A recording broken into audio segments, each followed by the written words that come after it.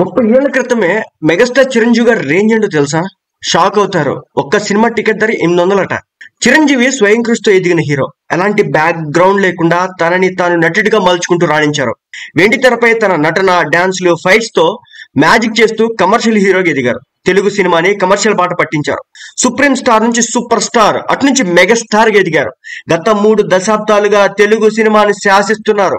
ఇప్పుడు తర్వాత తరం హీరోలు పాన్ ఇండియా బాటలో దూసుకుపోతున్నా తన క్రేజ్, తన రేంజ్ మాత్రం తగ్గలేదని చెప్పొచ్చు.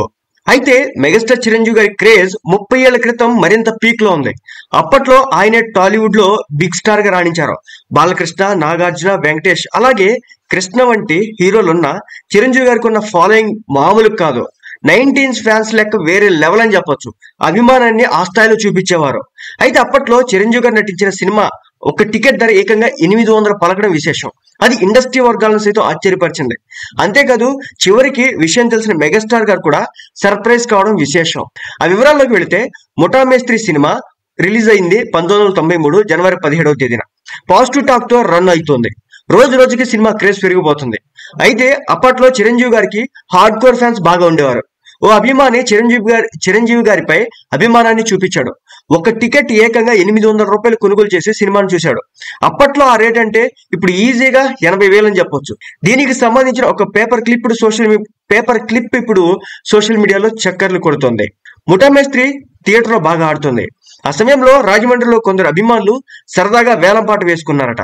ఇందులో ఓ అభిమాని 800 రూపాయలకు టికెట్ ని దక్కించుకున్నాడు. ఈ విషయం వెలుగులోకి రావడంతో ఓ పత్రిక దాన్ని వార్తగా ప్రచురించింది. అయితే ఈ విషయాన్ని బాబు మోహన్ కి తెలియడంతో చిరంజీవి గారికి చెప్పారట. అది విన్న మెగాస్టార్ గారు ఆశ్చర్యపోయారట. ఆ అభిమాని ఎవరో కనుక్కోమని చెప్పగా వివరాలు తెలియరాలేదని చెప్పారట. కానీ ఈ సంఘటన చూసి మెగాస్టార్ మురిసిపోయారని టాక్ అన్నమాట.